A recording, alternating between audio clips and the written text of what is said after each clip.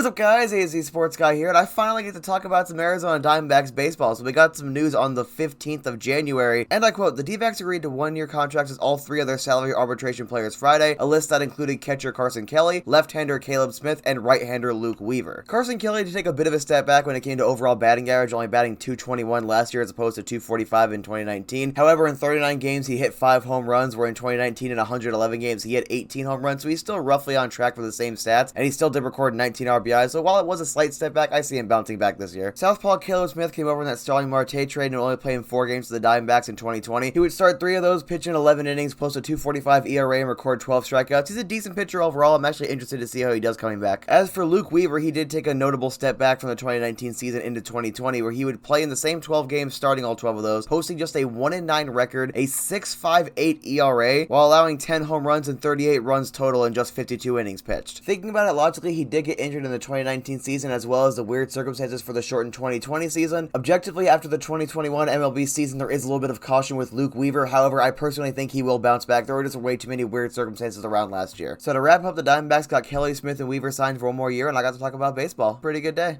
What is up, guys? AZ Sports Guy here. I want to talk about a couple of the most recent Arizona Diamondbacks free agent signings. Without further ado, let's go ahead and get into the first one. I actually missed this the first time around. Happened a little bit over 10 days ago. So as of February 3rd, 2021, Arizona Diamondbacks and veteran reliever Joakim Soria agreed to a 1-year contract worth approximately $3.5 million with an additional $500,000 in performance incentives. Going ahead and looking at his stats from last year in Oakland, he played in 22 games, pitching 22 1/3 innings, recording 2 saves and a 2-2 record, so honestly not that bad with 24 strikeouts. I think they could have done worse for the money that they're paying. It's also a 1-year contract. I'm someone who's very forgiving in general when it comes to 1-year contracts, and on top of that, relievers and their ERAs can fluctuate heavily because you have a couple of bad games, you're pitching in 1 or 2 innings, so I'm not really going to look too deep into the ERA as a whole. But for the most part, glancing at his stats and just being vaguely familiar with him, he seems overall like a pretty decent option to put in the bullpen, and especially if it's only 1 year, like I said, it's not going to blow up in the Arizona Diamondbacks' face. Hopefully. So, 1-year contract with Joakim Soria. Welcome to the desert. Hopefully everything works out with him. But this is the one that I was more interested in. This one happened a couple of days ago. February 13th, 2021, Arizona Diamondbacks and Asdrubal Cabrera reached a 1-year contract worth $1.75 million with an additional $1.05 million in performance-based incentives. And I've heard of this individual before. He's a third baseman, so he probably kick the ball off to the middle field and then tell Marte back in the center field. He can do a lot of things with that, also just having an extra bat there. But when you look at just some of the things he's known for, so first and foremost, he's a World Series champion with the Nationals in 2019. He's also been an AL Silver Slugger in 2011, obviously a literal decade ago, but just a 2-time All-Star. He has some credentials, and even last year, he is 35 years old right now, but last year in that condensed season, in 190 at-bats, 46 hits, 23 runs, 8 of those were home runs, and 31 RBIs with a batting average of .242 and an on-base percentage of .305. This is a guy that I think is a really high-quality signing and someone that could help the Diamondbacks become a little bit more competitive. And I think he's more of a consistent bat. I know I was talking to my brother-in-law about it. He gave me a lot of the information about Cabrera because I just recognized the name, and I am familiar with him in general term. But talking to him, he said he's a little bit more of a consistent bat than Starling Marte. And on top of that, if anything doesn't work out, like I said before, it is a 1-year contract. Absolute worst case scenario is you're benching a guy. And even then, with how well he has played over the last couple of years, let's just take a look at the batting average specifically. All right, over the last, let's say, 5 or so years. So 242, 260, 262, 280, 280, 265, 241, 242. I think you're understanding kind of where I'm going with this. Is at the very least you're getting someone that can help generate some hits, maybe get on base, and especially if you're going to have, let's say, Cole Calhoun come up next, and with how he likes to go for the fences, you don't want to run into a situation where you're having a lot of 1-run home runs. So it is an additional quality bat is all they're getting here, and I think that's a really good signing for him. Keeps it smart. Now, in terms of, do these make Arizona a playoff contender? I think at the very least, with how this team has been building they're ready to make a run at the playoffs. Last year was a very weird year. Players, especially pitchers, just dropping like flies. A lot of pitchers playing terribly. I think it has a lot to do with the lack of a spring training and kind of getting them out of their groove. So I think it's one of those things where I can excuse that aspect, but the fact that you get a decent, quality reliever in there that's also a veteran, so if you have younger pitchers, can kind of help mentor them, but you also get a high-quality bat in Cabrera. And on top of that, you're not locking down to these big, exorbitant contracts. You're keeping them nice and reasonable at 1 year lengths. I kind of like what they're doing right now to just get those extra pieces around their core and see what they can do. However, if they don't end up making the playoffs in, let's say, the next couple of years, you're probably going to see a actual teardown, because if they're building around the core, and you can tell they're trying to build around that core for the last couple of years, and it fails, that's when you're going to see the problems. But I think these couple of free agent signings are really good for the Diamondbacks. You obviously got some players coming up. So I'm actually really interested to see how they're going to look when spring training rolls around. So got some optimism here. Let's do this.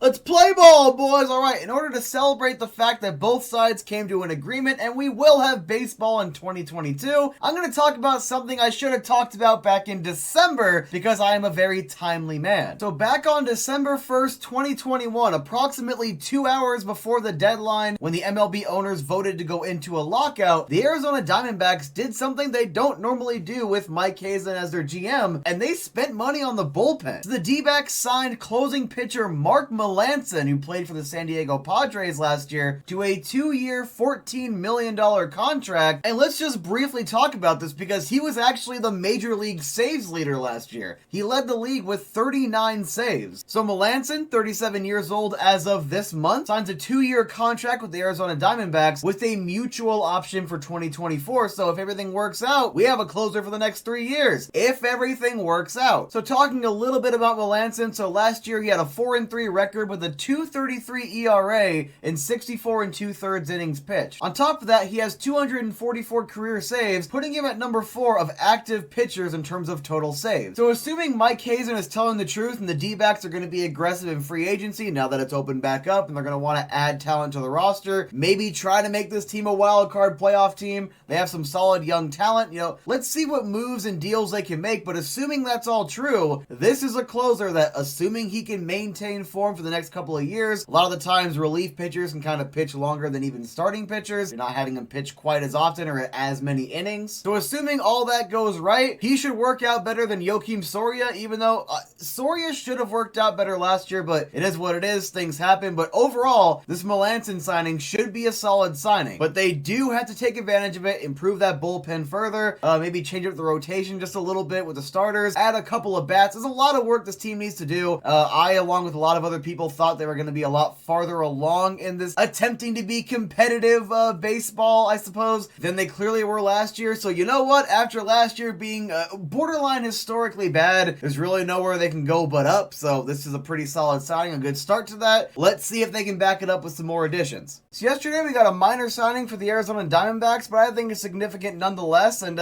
funny enough, I was actually at the Brass Armadillo tonight with my wife, and I found this. Thought it was appropriate. $5 later, not a very big cash investment. And yeah, the Arizona Diamondbacks have re-signed, well, 9 years later, just shy of a decade. I don't think it's considered re-signing anymore, but they have signed right-handed pitcher Ian Kennedy to a 1-year, $4.75 million contract with reportedly a little over $2 million in incentives. Like I said, Kennedy returns to Arizona after 9 years. He originally played for the Diamondbacks back from 2011 to about halfway or so through 2013 before he was traded to San Diego. And that's back when they were wearing my favorite D-backs jerseys. Please, give me more of this, or at least more of the snake logo. The other snake's fine, I guess. It's just the teal teeth is weird to me. Anyway, the 37-year-old relief pitcher honestly should be a pretty decent upgrade to the bullpen, and even though they're not exactly as aggressive as I was assuming they were going to be, at least from how Mike Hazen was talking about it, this is not a bad signing. Briefly looking at his stats last year, playing for both Philadelphia and Texas, played 55 games, posting a 3-1 record, but as a relief pitcher, you're not going to get very many decisions. 62 strikeouts, 20 total earned runs, runs and 26 saves out of 30 attempts last year. It's a pretty high percentage. I'd say that was better than most of the Diamondbacks pitchers last year, and they were trying to figure out a closer. And you have Kennedy as your 8th inning guy, Mark Melancon being the closer. That's a definite upgrade over last year. They should be overall more capable of holding leads than they were last year, but that is not saying much, admittedly. Now, while I would have preferred them to go after Archie Bradley and get him back in the bullpen so you have a good 7, 8, 9 combo, actually ends up signing with the Angels, unfortunately, but I have to report on that because I really wanted Archie Bradley to come back. But no matter what, as long as they're going to upgrade the bullpen, that's all I can ask for, I suppose. I just really wish, there'd be a few more signings, a couple more additions, maybe some of the younger guys they got coming up. They really think they're going to make a difference in the bullpen. Maybe that's kind of what they're looking at, but still, getting a little bit more experience, I think is going to be better in the long run. But their 8, 9 guys are both in their late 30s. They're either winning a World Series or trading them off at the deadline, I guess. Cynicism aside, welcome back to the desert, Ian Kennedy, and I'm ready for spring training. Real quick, before we get started, can we just talk about this $40 jersey behind me? I got it at Target, and I like the look. Do more with that snake logo, and honestly, $40, not bad for a jersey I'm probably going to wear when I get to go to my first game of the season. Anyway, we got some Diamondbacks news to talk about. We got a new pitcher that was just signed a couple of days ago, as well as a major contract extension. So before we get started, if you want to hear me talk more about D-backs baseball this year, make sure to like and subscribe. Let's go ahead and jump into it. So we'll go ahead and start off with the Diamondbacks' newest addition to the rotation. So on March 24th, so a few days ago, Arizona Diamondbacks signed right-handed pitcher Zach Davies to a 1-year contract where he can make upwards of $2.5 million with a mutual option for 2023. Davies is definitely going to be looking for a bounce back after last year with Chicago, where he went 6-12 with a 5.78 ERA. He also led the National League with 75 walks. I can see why the D-backs got him for a pretty good price. Davies is only 29 as of right now, and honestly, for the most part, he's been a pretty solid pitcher. Over his first 6 seasons with San Diego and Milwaukee, he maintained a 3.79 ERA, pretty solid, and has overall, from what I can tell, been a solid starting pitcher. He also graduated high school in Gilbert, so technically bringing back an Arizona boy. It's only a 1-year contract with that 1-year mutual option, but pretty much all this move does is add some depth to that rotation because you already have Mad Bum, Merrill Kelly, and Zach Gallen, and from what I can tell, Gallen is expected to start the season. He might miss a little bit of time, but from what I can tell, at least, he should be starting the season. So if I had to guess, I would assume Davies gets that 3rd spot in the rotation, and Merrill Kelly is going to stay around 4 or 5. Merrill Kelly is that solid guy that you want as your 5th in your rotation, so you can kind of have him transition to Mad Bum, your ace, in the next game. But honestly, I see it as a pretty low risk, potentially decent reward for this. So at the very least, Hazen's been adding some decent arms. Let's just hope it works out this year. But let's go ahead and talk about the big news, Ketel Marte. So this has been rumored for at least a few days now where the Diamondbacks wanted to extend him for 5 more seasons. And I do have to agree with Richard on Twitter, not the Richie I have a podcast with, a different Richie, where this is probably going to be the first universally praised and accepted and loved move that they've made this offseason, because really Ketel Marte is that guy you want to have around. He's the lightning rod. You want to have that face of your franchise, and honestly, the fans do tend to rally around guys like that, so even if the rest of the team you have some shifting and some guys coming in and out, you always have Ketel Marte here. So as of today, he has signed a 5-year, $76 million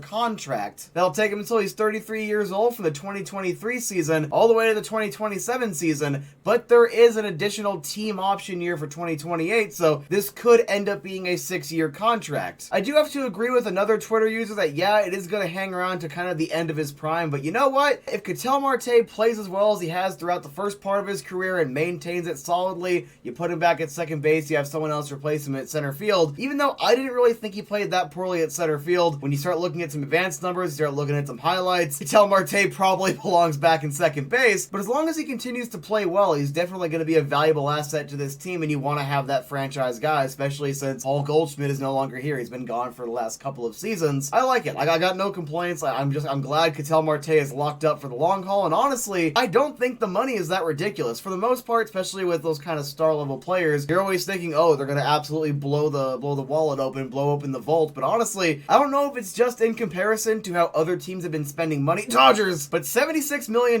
definitely seems reasonable for 5 years of Ketel Marte, and honestly, I kind of feel like we got a pretty good rate for him. So to go ahead and recap, I do like the Davies signing. That one should work out pretty well. Honestly, I think it's about time to get a Ketel Marte jersey. I'm gonna get to go watch him play the San Diego Padres in the second series of the year because I wanted that free extra ticket. Anyway, that's all I got for you. Thanks for watching, and let's play ball. We got some D-backs news to talk about. Merrill Kelly gets an extension. Josh Rojas is going to miss some time. And we have a couple of minor trades to discuss, so let's go ahead and jump right into it. If you like the content here, me talking about the Arizona Diamondbacks, please feel free to like and subscribe. And let's go ahead and talk about this news. We're going to lead off talking about the Merrill Kelly news. So Merrill Kelly originally signed as a free agent with the Diamondbacks on December 4th, 2018. It was a 3-year contract with a team option for a 4th year. That is this season. The D-backs definitely exercised that option. Looking at his first 3 years with the D-backs, so in 2019, he posted a 13-14 record with a 4.42 ERA and 183 and a third innings pitched with a .9 WAR. During the 2020 campaign, in which I think it actually was cut short due to injury, he posted a 3-2 record and a 2.59 ERA and 31 and a thirds innings pitched and improved his WAR to 1.3. And last year, for that historically bad 2021, Kelly posted a 7-11 record with a 4.44 ERA and 158 innings pitched, improving his WAR yet again, but this time to 2.5. I think Merrill Kelly has been a solid enough arm in the rotation, one of the more consistent arms, definitely one of the more underrated players in the team, and as of April 1st, 2022, he signed a 2-year, $18 million extension with a 2025 team option. I was actually so excited about Merrill Kelly getting an extension that I sent a text to my brother-in-law, who's a big Diamondbacks fan, telling him, hey man, we got Merrill Kelly for 2 more years, let's go. He simply responded with April Fools, and those 2 words were enough to make me delete my original celebratory post and double, triple, quadruple check the original tweet as well as the article to make sure it wasn't a prank. I don't think they're allowed to joke about signing players, but still, that was more than enough to give me a mini existential crisis. Anyway, I think that's a solid extension for the ASU alum. Glad to keep you around for a couple more years, Merrill. Let's move on to some Josh Rojas news. So yesterday, April 3rd, it did come out that he has a grade 2 right oblique strain, and Torey Lovullo said that he would be out, quote, weeks, not days. I like Josh Rojas. I think he's actually a pretty solid player. Funny enough, he actually went to the same high school as me, so it's gonna suck that he's gonna miss the first couple of weeks of the season, but I do think this roster should be able to make up for his specific production over the next couple of weeks to a month. The team should be fine, but this does suck for Josh. Now let's move on to a couple of minor trades. This first one I want to talk about actually happened on March 27th. I just couldn't justify covering this minor trade by itself, but hey, now we have an excuse to talk about it. So on March 27th, the Arizona Diamondbacks acquired infielder Sergio Alcantara from the Chicago Cubs in exchange for cash considerations. They just straight up bought a player. As a result of this move, Josh Van Meter was optioned. More on Josh Van Meter in a minute. But to briefly talk about Alcantara, so with Detroit in 2020 and 18 games, he batted .143, recorded 3 hits and 1 RBI, and last year for Chicago in 89 games, he batted .205 with 45 hits and 17 RBI. Essentially, the kid's a second-year player that's here to provide some infield depth. He's got some speed from some highlights I was watching. Should be a pretty decent pickup, but let's just go ahead and see if he actually ends up making the 40-man roster. Now let's go ahead and get back to Josh Van Meter. So about 4 or 5 days later, on April 1st, the exact same day that Merrill Kelly signed his extension, Josh Van Meter was traded to the Pittsburgh Pirates in exchange for right-handed pitcher Lister Sosa. I had actually forgotten about this. Van Meter came to Arizona as a result of that Archie Bradley trade with Cincinnati back in 2020. Last year in 112 games, Van Meter recorded 58 hits, 6 home runs, 36 RBI, while batting .212 with a .297 on-base percentage. I mean, those numbers seem okay. I do remember him being okay last year with the D-backs, but they can always use some additional pitching depth, so I'm not exactly going to be shedding a tear here, but I did like Van Meter well enough when he was here. So good luck in Pittsburgh, Josh. As for the kid that got in return, he's never played an MLB game. I couldn't really tell you much. He's a pitcher. We'll go ahead and see how he works out in the Arizona Diamondbacks farm system, and if he ends up getting a look at some point this season. And besides, if Alcantara essentially made Van Meter the odd man out anyway, you might as well get some pitching depth you actually could use, as opposed to just doing nothing with Van Meter in your system. At the end of the day, I do like this contract for Kelly. He's been one of our more consistent pitchers, been a pretty solid arm. I like him right around the 4 or 5 spot. It is going to suck to miss Josh Rojas for a few weeks. Let's just go ahead and say a month, just kind of somewhere in there. But I'm pretty sure the depth on this team should be able to make up for what Rojas specifically brings.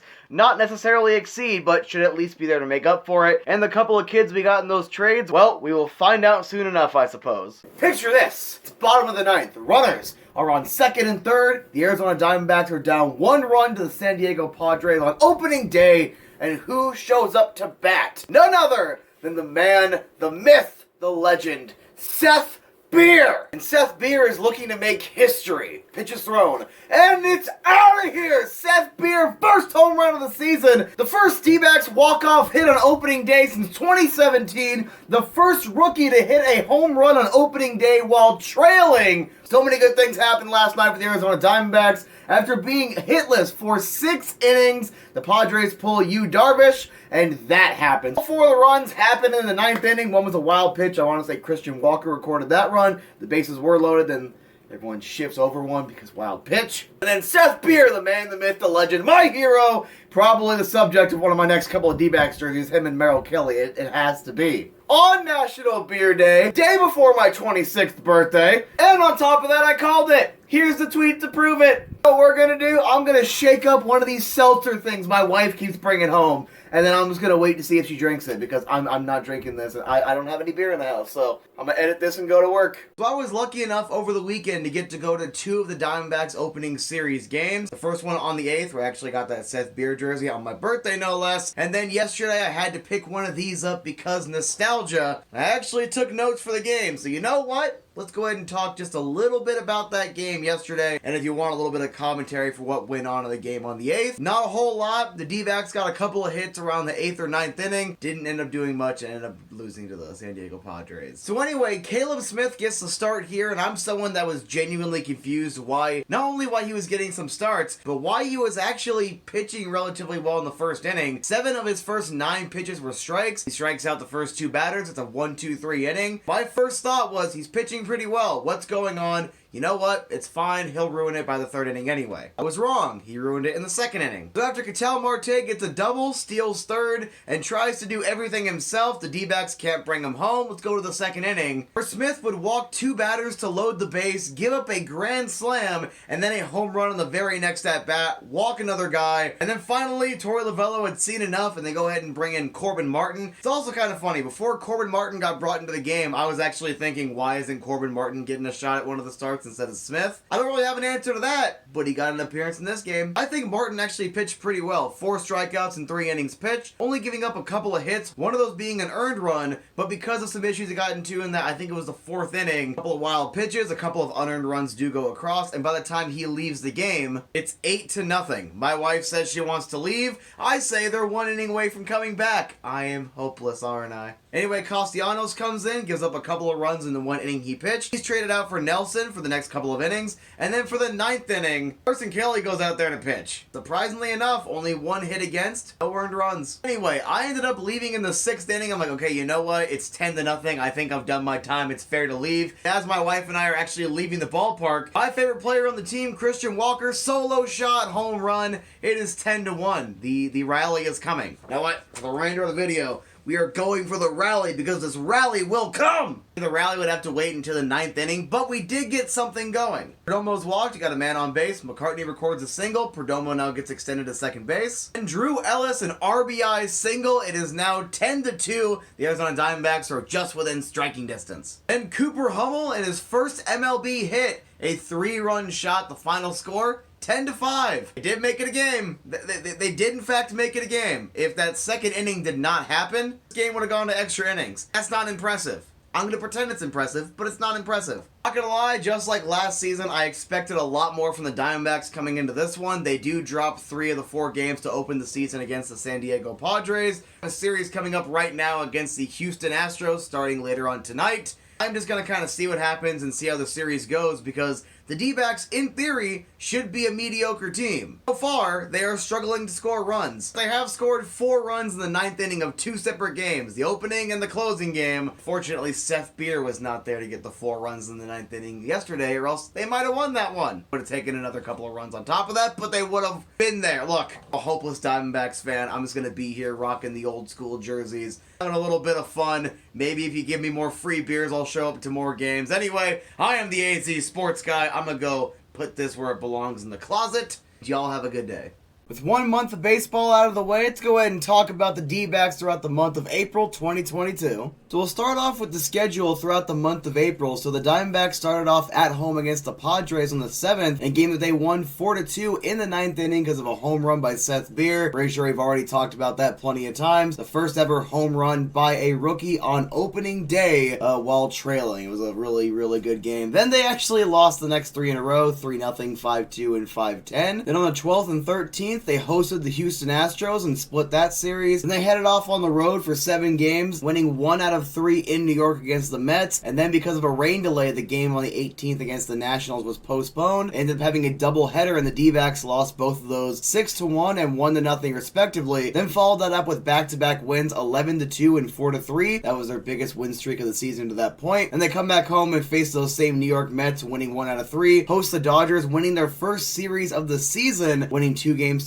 Then heading off to St. Louis, take on the Cardinals, where Goldie is currently playing, losing the first matchup 8-3, but then winning 6-2 and 2-0. And then today they ended up losing 7-5. Looking at them in the standings, as of May 1st, 2022, they are 5th in the NL West, dead last, with a 10-13 record and a 4.35 winning percentage. Honestly, a lot better than I thought I think a lot of D-backs fans were thinking the season can go. Not being dead last in the division, but I'm talking about the record. Let's go ahead and talk about the offensive production so far. So Nick Ahmed actually technically has the highest batting average right now, 348. He's only played in 7 games with 23 at-bats. He does have 3 home runs, however. Jesus. I know Nick Ahmed is primarily known for his defense, but his offense so far, very limited capacity. Playing really well. He's getting some good production. Taking a look at David Peralta real quick. In 22 games, 71 at-bats, he has 2 home runs, 6 RBI, and 14 total hits, batting 197, struggling a little bit, but a lot of the bats on the team are struggling, and honestly, I think Peralta's probably going to have a solid year. Christian Walker is currently leading the team in home runs with 5. He also has 8 RBI. He's also right up there, top 3 with 21 strikeouts and a 1.52 batting average. A little bit of struggles. He's definitely not getting a lot of the runs across the plate, but 12 hits, 3 doubles, and 5 home runs. I can't fully complain right now. Speaking of strikeouts right now, Dalton Varsho, 23 games, 74 at-bats. He's batting .216, pretty solid. 4 home runs, 10 RBI, and 24 strikeouts. He's actually tied on the team right now with Ketel Marte, who's batting .151. On the bright side, he did finally record his first home run of the season. 23 games, 86 at-bats, that 1 home run and the 6 RBI. But yeah, he's tied for first on the team in strikeouts with 24. And just to kind of close out the offense, Seth Beer, 21 games, 63 at-bats. He knocked in a home run, 8 RBI. He's batting .238, and he has 15 total hits. Pitching-wise, I want to really focus on the bullpen for just a couple of seconds right here. Mark Melancon actually having a really solid closer. 4 saves so far and 4 save opportunities, 8 innings. Unfortunately, he does have an 0-2 record, but you really can't control that too much, but he has a 1.13 ERA. Ian Kennedy, 2-1 record. He has 10 games so far, 1 save and 2 save opportunities. A 4.50 ERA, not the greatest, but also not the worst. And then Joe Mantepla's got a 1-0 record in 9 games so far. He has 1 save and his 1 opportunity in 8 innings pitched, and has not surrendered a single earned run this year. But what I really want to talk about pitching-wise is 3 of the starting pitchers having a really good start to the season. First and foremost, Madison Bumgarner has a 1-1 record in his first 5 starts with a 1.17 ERA in 23 innings pitched, only 3 total earned runs, and 15 strikeouts. His last game was against St. Louis on the 29th. He records a win there, 5 innings pitched, 3 hits, 1 earned run, and 2 strikeouts. Next up, we'll go ahead and talk about Merrill Kelly. So Merrill Kelly, as of April 25th, actually did set a brand new D-backs record. So he now currently has the lowest ever ERA by a D-backs pitcher through 3 starts. Randy Johnson didn't do it, Curt Schilling didn't do it, Brandon Webb didn't do it, and if memory serves correct, both Johnson and Webb won Cy Youngs with Arizona. Anyway, in those 3 starts, Merrill Kelly, .59 ERA. He's been playing very well. Looking at Kelly's stats so far through his first 5 starts, 2-1 record, 1.27 ERA, and 28 1/3 innings pitched, only surrendering a total of 4 earned runs with 26 strikeouts. In his last game on the 30th against St. Louis, he gets the win. 7 innings pitched, only 2 hits surrendered, and 4 strikeouts. But really, let's talk about the man, the myth, the legend, Zach Gallen. In his first 3 starts, he has a .60 ERA in 15 innings pitched, only surrendering 1 earned run and recording 14 strikeouts. In his most recent outing against the Dodgers on the 27th, in 6 innings, he surrendered 2 hits and recorded 5 strikeouts. The previous start against the Mets on the 22nd, in 5 innings pitched, 2 hits, 1 earned run, and 7 strikeouts. He's been pitching very well this season. Through the first month of the season, my takeaways are pretty much this. The starting pitching, especially those top 3 starting pitchers, pitchers playing very well right now. The bullpen's actually playing a lot better, especially with a legitimate closer, and the bats really just need to get going. It was good to see Cattell get his first home run. Now it's time to start getting more hits, more doubles, more home runs. David Peralta's playing relatively well, and Seth Beer, that man needs to play more. Anyway, if you like me talking D-backs, please make sure to like and subscribe, and I am the AZ Sports Guy. I'll talk to you later. Welcome to the Arizona Sports News Show, where I, the AZ Sports Guy, make videos short enough for my own attention span. I bet you're glad I didn't say penis. Anyway, today we're going to talk about some Arizona Diamondbacks news because Merrill Kelly, this guy is an absolute animal. ASU alum, already was on to a phenomenal start for the season, and last night against the Colorado Rockies, just shy of going the distance, he pitched 8 2/3 innings, surrendering 7 hits, 1 earned run, 2 walks, and recording 8 strikeouts. But that's not really the big news here. Obviously, phenomenal outing. A little bit of context, later on in that game, Torey Lovullo goes out there to talk to him on the bump. He was getting ready to replace him, and Merrill was talking about it afterwards, how he just kind of tried to convince him not to. He appreciated that trust, Torey Lovullo. I'm going to go ahead and give him credit for that. Trusting Merrill Kelly to get more of the job done last night, I definitely think was a good idea, even though his pitch count was right around, 103? Probably one of the higher pitch counts throughout this season so far, but you know what? He went out there and played phenomenally. In fact, there's one more little thing to note about that performance last night. Officially, after that performance was registered, Merrill Kelly now leads the entire major leagues with the lowest ERA being 1.22. I'm just going to sit here for a second and just kind of let that sink in. 1.22 ERA, leading the majors. The Diamondbacks starting pitching has been phenomenal. You already know the story there. Bumgarner, Gallen, whatever. But Merrill Kelly has just been on a completely different level this season as opposed to previous seasons. I've always liked him. Always thought he was a good pitcher. But this year, he's gone from that good, 4 or 5 guy you can use to transition to the top of the rotation to he is definitively within that top 3 of the rotation, if not top 2. And considering the fact that there are 2 ace-level pitchers in this rotation, that is saying a lot. D-backs won last night, by the way, 4-1. They were on a 4-game winning streak. They just came off sweeping the Miami Marlins. Oh, and the freight train, David Peralta, hit a home run in his 900th career MLB game. Congratulations to him.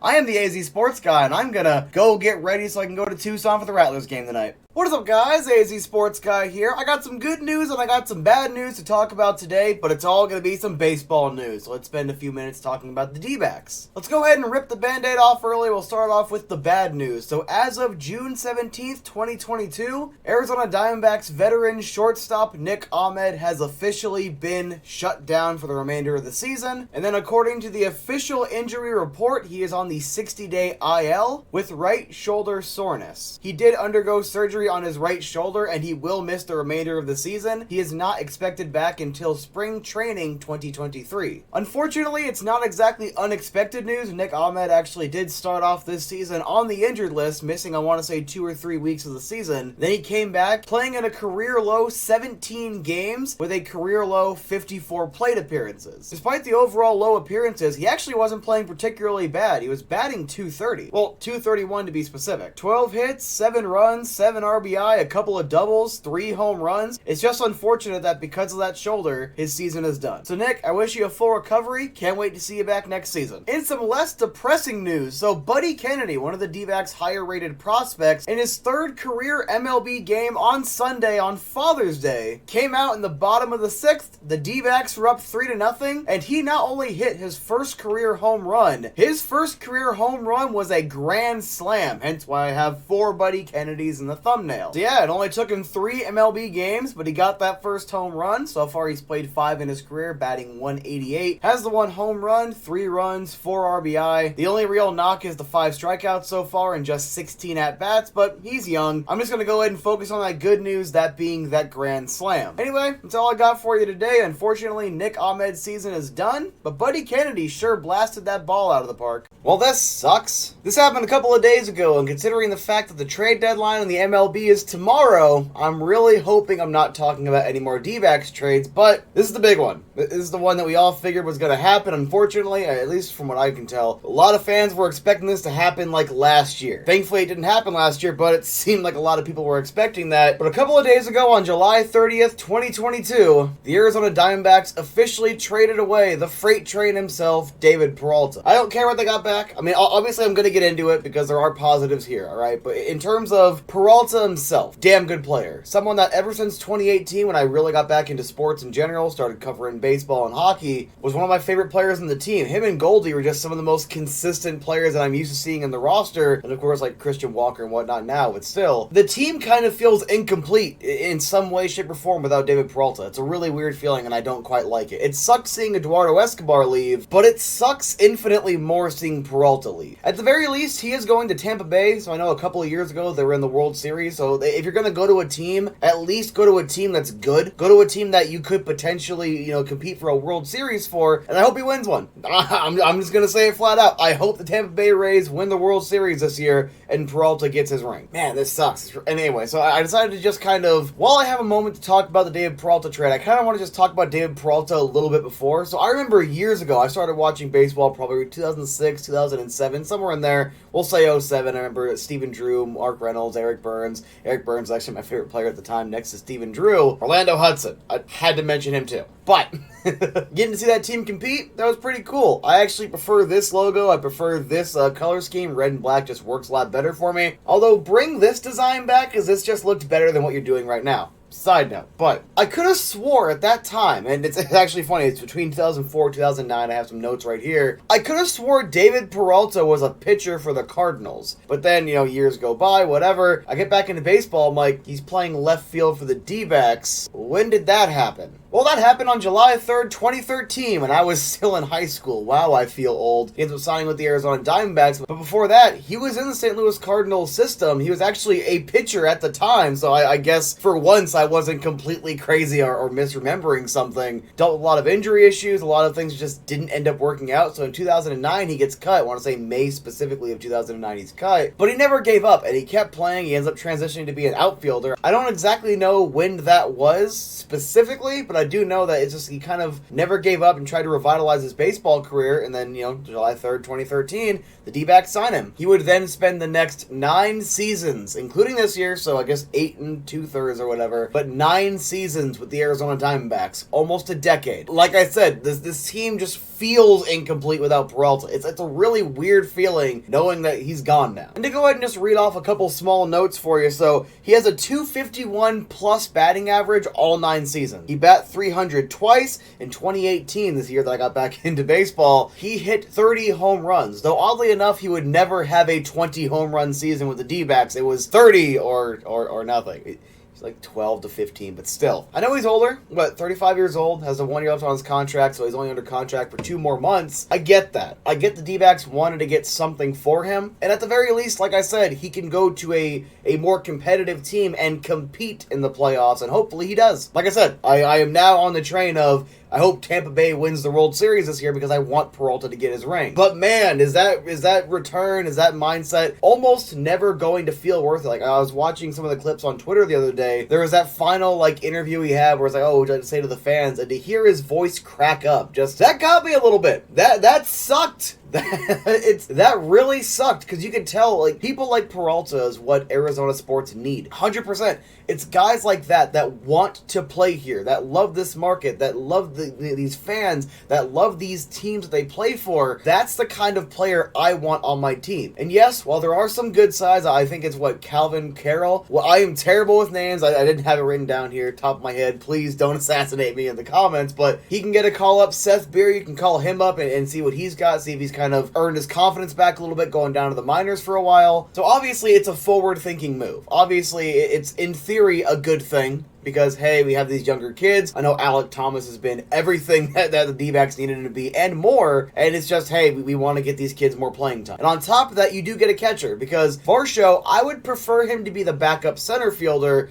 than having to worry about anything with catching. And on top of that, with Alec Thomas coming in, it was great because it also allowed Ketel Marte to go back to second. And with Carson Kelly playing, from what I can tell, pretty well this year, it's just depth. Theoretically, because the D-backs liked this kid, they can turn into something that can replace Carson Kelly whenever Carson Kelly is getting ready to leave. I think it's have a few more years of control on him, but it still sucks. So, to the freight train, you're never going to watch this, but, David, it was a pleasure to watch you play for this organization, and you really were, like, part of the heart and soul of this team. Your presence is already, like, it's already sorely missed. It's, like I said, just even as a casual fan that doesn't really get to watch the games anymore, it still feels weird. Now, with all that out of the way, I really wanted to use most of this video to just focus on Peralta himself. Let's look at who they get back. It's a 1-for-1 trade, a 19-year-old catcher by the name of Christian Serta. Now, I have no idea how baseball works when it comes to signing guys from different leagues, but apparently around 2019 or so, the Arizona Diamondbacks, they tried to sign him. They wanted to sign him. He ends up going to Tampa Bay. So this, in a way, is kind of a corrective move where, hey, we wanted this kid, we wanted to play in our system. I guess it's a good opportunity to get him in our system now. 19 years old. I mean, look, so far this year in the FCL, so it's minor league. Just take it with a grain of salt. But he's batting .315, a couple home runs, 12 RBI in just 20 games played. I don't know how that league works. Those sound like backup numbers. But if he's putting up a .315 batting average, I would assume he's getting more playing time, so maybe it just doesn't play as many games. Like I said, I do not claim to know how that league works. Feel free to educate me in the comments, please. So when you look at that, at the very least, the D-backs are getting a catcher, a position of need. They're getting someone they've already had their eye on, so like I said, it's kind of a corrective trade. But moving on from Peralta to do it is what sucks. That is just what sucks here, because David Peralta, like I said, heart and soul, at least it feels like, of this team, and he's been here for almost a decade, so it's weird. It is definitely weird. He's one of those long-time guys that's just a D-back. I think of him as a D-back. That's it. He's an Arizona Diamondbacks baseball player, and it's weird to me. So I like the return because they got something they needed, as well as a player they actually wanted, you know, for years. So it feels almost like, I know it's a meme where some of the smaller market teams, like primarily Kansas City, will be a farm system for the other MLB teams, but they kind of just use Tampa Bay as that and then end up getting this catcher anyway, so I guess it worked out. It sucked. I can't grade a trade like this because it's 2 months of a player that could retire or could just sign back with the D-backs next year for a 19-year-old catcher and all the controllable years that go along with having a 19-year-old catcher. It's kind of hard to compare that way, but you also have to factor in just what Peralta meant to the organization, so it's like, I have no idea. This might be the best possible trade the Diamondbacks could have done involving David Peralta, getting him onto a contending team while also bringing us back a valuable asset. But this is kind of the business side of sports that, while I definitely understand it, and I get it, and especially if you know, you watch my hockey stuff, you know that I engage with it very often, it really sucks. It just sucks. So, Christian, welcome to the D-backs. Like, nothing against you. It's really hard right now to look at the bright side because it feels weird.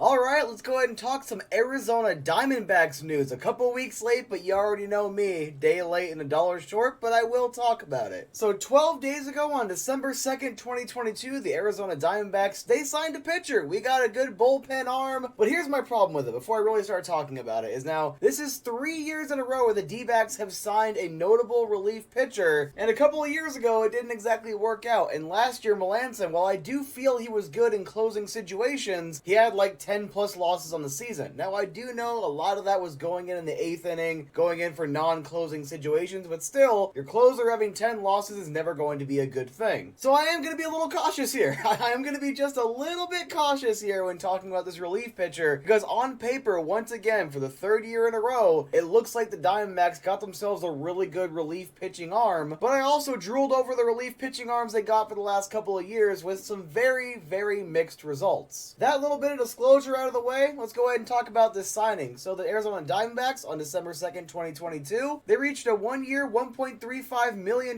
contract with former New York Yankees relief pitcher Miguel Castro. The right-handed pitcher is currently 27 but will be 28 next month, and last year with the Yankees he posted a 5-0 record. 34 games, he pitched in 29 innings, posting a .403 earned run average and a 1.45 whip. Sounds pretty decent. Sounds like a pretty decent pitcher the Arizona Diamondbacks should be throwing in that bullpen. So I also wanted to grab the career stats for him. 16-22 record, 4.12 ERA, 7 total saves, and 382 innings pitched, and a 1.41 whip. Like I said, it all sounds good. All of those numbers, at least to me, sound like solid numbers for a pitcher, and I personally don't see a downside to this. It's a one-year contract. Worst case scenario, it doesn't work out, he's gone next year. There also is a second-year option for the 2024 season if Castro meets the following requirements. He has to do two things: make at least 60 appearances next season for the Diamondbacks, as well as pass an end-season physical. That 2024 year would be a $5 million contract, so a pretty good pay raise for him. I'm assuming that means he does have some injury issues, but if he can keep himself healthy, once again, this should be a pretty solid signing for the Diamondbacks. The bullpen has been one of the biggest issues with them, and I've noticed even the last couple of years, either the starting pitching is playing phenomenally and the bullpen does nothing for you, or the starting pitching doesn't play very well at all, but the bullpen keeps you in it just long enough for your bats to fail. The Diamondbacks have a lot of really good young talent. There are currently rumors about, I want to say it's a Dalton Varsho trade with Houston, and depending on what the D-backs could get back for him, I'm interested to see where that goes, though I'm not exactly lining up to trade away Varsho. He's a very good player. Going into 2023, I have no idea what to expect. I mean, last year, they did impress me. They played better than I honestly thought they would,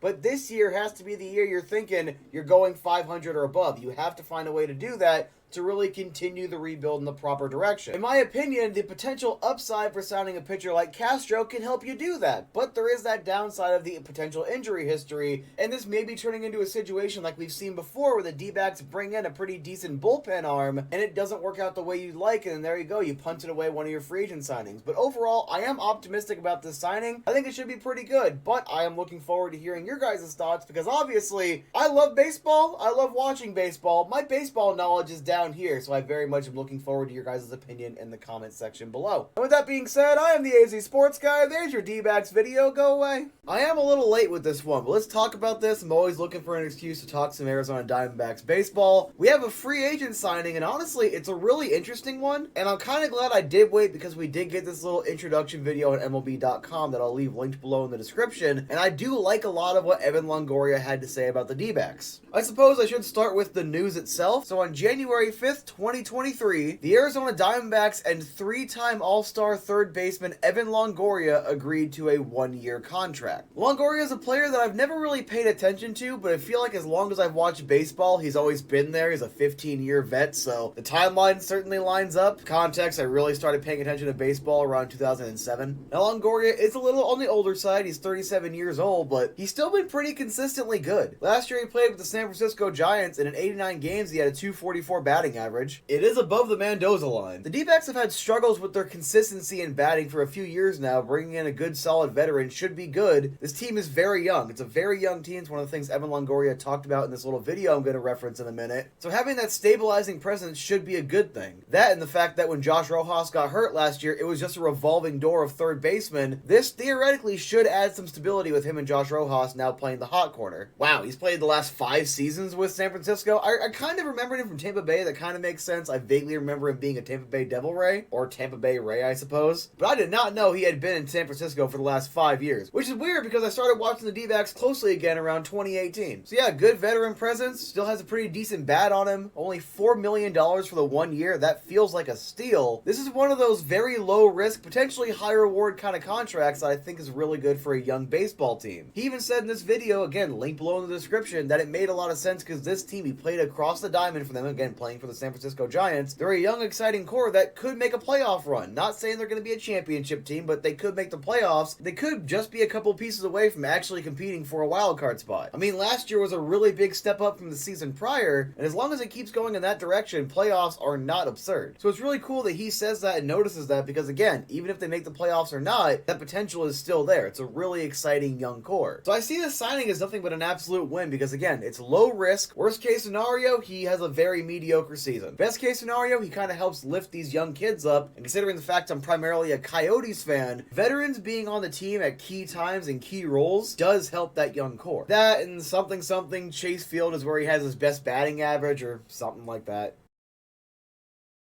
I did not know I was this late on this, but the Dalton Varsho trade happened on December 23rd, 2022. It is currently March 19th. I actually thought I talked about this trade previously, but I didn't on the channel, so I'm going to go ahead and make a video now because I still have time before the season starts. And of course, I want to talk about the Corbin Carroll contract, so here we go. On December 23rd, 2022, as an early Christmas gift to Arizona Diamondbacks fans, the trade happened between the Arizona Diamondbacks and the Toronto Blue Jays. The Arizona Diamondbacks acquire catching prospect Gabriel Moreno and outfielder Lourdes Uriel Jr. And in exchange, the Toronto Blue Jays acquire catcher/outfielder Dalton Varsho. Varsho is a great player, been a fan of his for a couple of years, and it's really been cool to see his increasing role in the Arizona Diamondbacks moving forward. But he is 26 years old, that brand new core is starting to form, and it does make sense to move him. That being said, still really big on the kid. For Toronto fans, you probably already know what you're going to get. I know he's having a bit of a slow spring training, but it is just spring training, anyone will tell you that. But anyway, Varsho, 26 years old, and he's had this increasing role with the Arizona Diamondbacks for the last few years. 2020, 37 games, he batted .188, had 3 home runs and 9 RBI. 2021, 95 games, .246, 11 home runs, 30 RBI. And then last year, he would play in a whopping 141 games. .235 batting average, so still pretty solid. 27 home runs and 74 RBI. Now, I'm not a very big advanced stat guy. Everyone's pretty high on the advanced stats. He's a pretty solid player. That's all I can say for you because I'm not exactly the whole smartest guy up here. But he's a really good player. He can play catcher and outfield, which is one of the weirdest combination positions, and he plays both pretty well while also offering some good offense. In exchange, the Arizona Diamondbacks get a highly touted catching prospect in Gabriel Moreno, and Moreno is 23 years old, so he fits that timeline beautifully. Last year, he only played in 22 games with a .319 batting average, 1 home run, 7 RBI. This is a kid that's going to bring solid offense to the bottom of the batting order, as well as provide solid backup catching to Carson Kelly. Hell, he might even overtake Kelly within the next 2 years. Uriel Jr. is 29 years old, and this is definitely a veteran that I'm a little confused that Toronto decided to let go of. I mean, he's played in Toronto since 2018, and his batting average, looking at it, .281, .277, .308, .276, and .291. He's a really good hitter, as well as 11, 20, 11, 21, and 5 home runs. So you did have that home run dip last year, but 35, 50, 33, 84, and 52 RBI. He's still a productive player. I'm not quite sure if it's a contract thing, not sure if they just want a different look, but regardless, this is a solid veteran to add to this team to help these kids learn how to win at the MLB level, and I think a trade like this is going to help the D-backs win a few more games this year and really start to nurture that core. As for Toronto, I'm assuming they're a little more win now. Varsho is a great player for that, and it really does suck to see him go. Going into the season, I kind of saw Varsho as one of the odd men out, one of the guys that was going to be expendable for the sake of trying to get players that are a little younger that fit the timeline of the rebuild. Not a very long video, but honestly, I'm intrigued by this trade. So far, it's looking pretty good at the spring training level, so we do have to see when games start going for the regular season. Moreno's looking pretty good so far. Uriel Jr. should also be a solid veteran presence, and Dalton Varsho gets a chance to compete for a playoff spot this year, hopefully.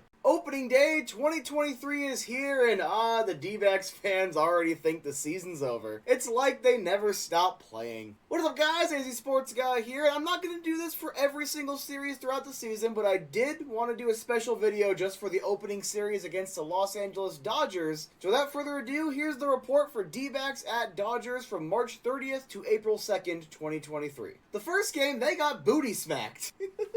Okay, to be fair, the D-backs did get on the board first, so the ace of the team, Zach Gallen, gets the start, and we start off in the first inning. Where with runners in the corners, Christian Walker records a single over towards David Peralta, by the way. Yeah, no, not gonna lie, I absolutely despise seeing that man in Dodger blue because I love David Peralta. Why did you have to sign in Los Angeles? Anyway, Walker gets the first RBI of the season, Ketel Marte scores the first run, D-backs are up 1-0. Then in the second inning, Moreno on a sac fly puts Ahmed home. It is 2-0 D-backs. Season starting off pretty well, right? 8 unanswered runs by the Los Angeles Dodgers. It wasn't a very good debut. It was not a particularly good debut for Zach Gallen. 6 hits, 5 earned runs, 3 walks, 7 strikeouts, not his best outing. A 9.67 ERA is what he will start the season with in an 0-1 record. Ginkel and Nelson pitched okay though. The next night, on the 31st, Merrill Kelly gets the bump. Okay opening for him, I suppose. 3 2/3 pitch. 3 hits, 4 walks, 4 strikeouts. Dre Jameson then comes into the game, pitching the next 4 innings. 2 hits, 1 earned run, 3 walks, 5 strikeouts. Pretty solid effort for him, and the bullpen actually played pretty decently.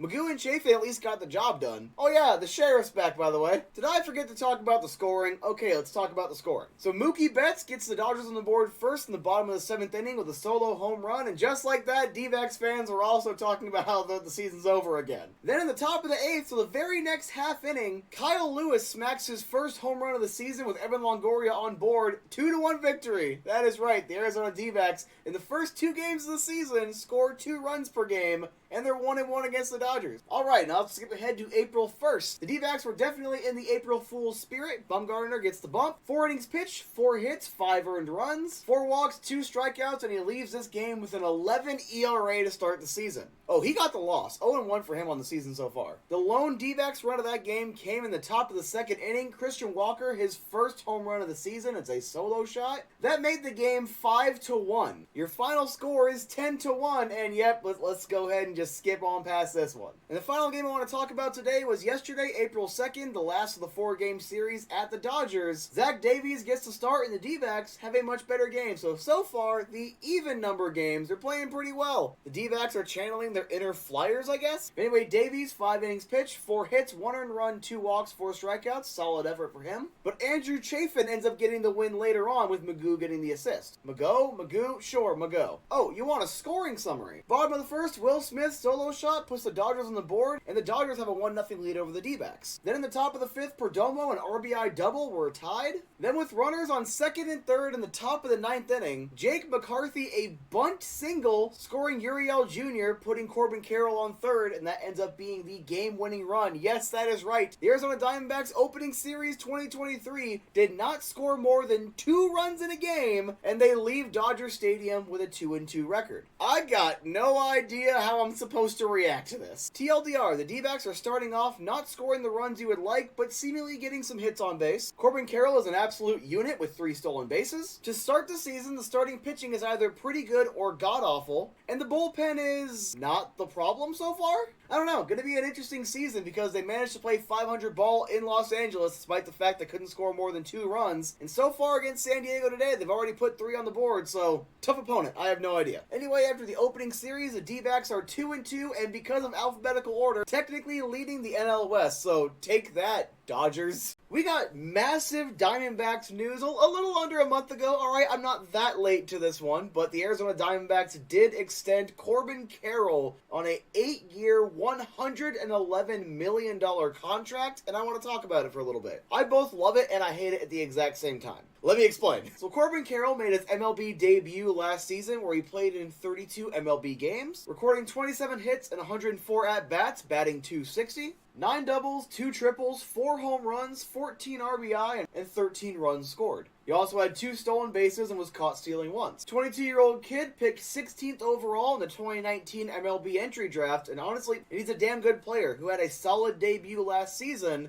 And then before this season had started, they were still in spring training, the Arizona Diamondbacks signed him to this massive 8-year extension. So let me first mention why I love this contract. It shows the D-backs want to win. It shows the Arizona Diamondbacks right now, 100%, are trying to lock up this core long term. They think they have a core, or at least some players in this core, that are going to help them win down the line, and you want to lock those guys up now. I mean, they're paying him this contract just under $14 million per season. With how good this kid is and how good he can be at this level, including how he's already starting off pretty solid this season, that contract is very likely going to be a bargain. Another bonus is that there's also a 9th-year club option. It'll be for $20 million, but if he's as good as he is now and continues to only get better, even $20 million will be a bargain down the line. These are the reasons I love that contract. Here are the couple of reasons I don't. He had only played in 32 MLB games before being given this massive contract. And while this contract takes him all the way into the 2030 season and it will lock him up until he's 30, the problem is while he's been good so far in this smaller sample size,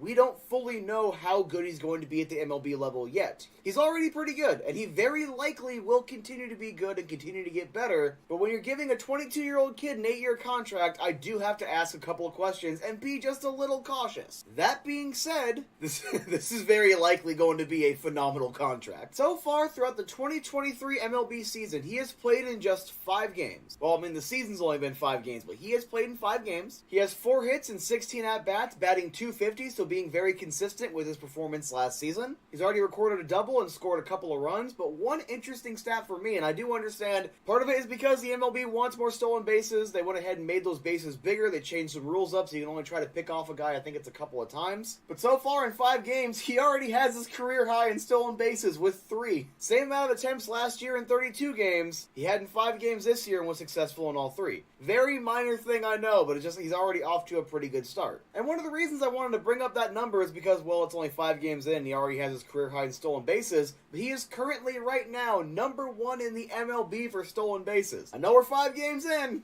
but I'm just saying, that's pretty good. He was leading the league. He is currently tied for 3rd, which is still pretty good. Despite me being a little more cautious, I do overall like the contract. It should be a good gamble, and it should turn out to be a very good contract. So, Corbin, glad to know that you're going to be here until I'm almost 40. I'll have half a decade to go, but I don't want to think about it. And go D-backs. Let's talk some Arizona Diamondbacks baseball, because as of right now, April 19th, 2023, they are sitting alone at the top of the NL West. And as you probably noticed, are the only team in their division with a record above 500 and the only team with 10 or more wins so far. We're only 18 games into the season, alright, that definitely will change, but I'm going to enjoy the moment right now while we have it. Really wish I would have had time to make this video yesterday because the LA Dodgers were below 500 yesterday until they beat the Mets. But anyway, let's take a very brief look at the season so far. The D-backs started off splitting a 4-game series against the Dodgers, splitting a 2-game series against the Padres, coming home and winning a 4-game series against the Dodgers, winning a 3-game series against Milwaukee, getting their first series loss of the season against Miami, but bouncing back with a 5-0 victory at the end, and then clinching a series victory over the St. Louis Cardinals so far, with the last game being tonight. Zach Gallen got his 2nd win in that game against Miami, by the way. 6 2/3 innings pitched, 2 hits, 7 strikeouts, phenomenal game. But then again, he is the ace. Corbin Carroll also had a 2-run home run in that game. Let's also take a peek at the last couple of games against the St. Louis Cardinals. In the first matchup, the game was tied in the 7th inning. Ketel Marte with a solo shot, it's 2-1. And then Pavin Smith, of all people, with a grand slam to give the D-backs a 6-1 lead. They would go on to win 6-3. Then in the game yesterday, the D-backs are down 2-1 in the 4th inning. Christian Walker with a double scores Uriel Jr., it's 2-2. Bases are loaded, Christian Walker, Evan Longoria, and Jake McCarthy. Nick Ahmed shows up, and I believe this pitch was in the dirt or almost hit the dirt. He doubles, scoring Walker Longoria 4-3 D-back. And then you know what? Let's keep it going. Gabriel Moreno with a 3-run shot, his first home run of the season, and as an Arizona Diamondback, it is 7-2 at that point. Skip ahead to the 7th inning, it's 7-3 because St. Louis scores another run, and Evan Longoria, he singles, scoring Josh Rojas in what would end up being the game-winning run because the St. Louis Cardinals would go on a bit of a late-game tear, scoring 3 more runs in the 9th inning to bring them within 1 run, but the D-backs still hang on and win this game by a final score of 8-7. While we got a couple of minutes, let's go ahead and take a look at the D-backs' top 10 hitters so far.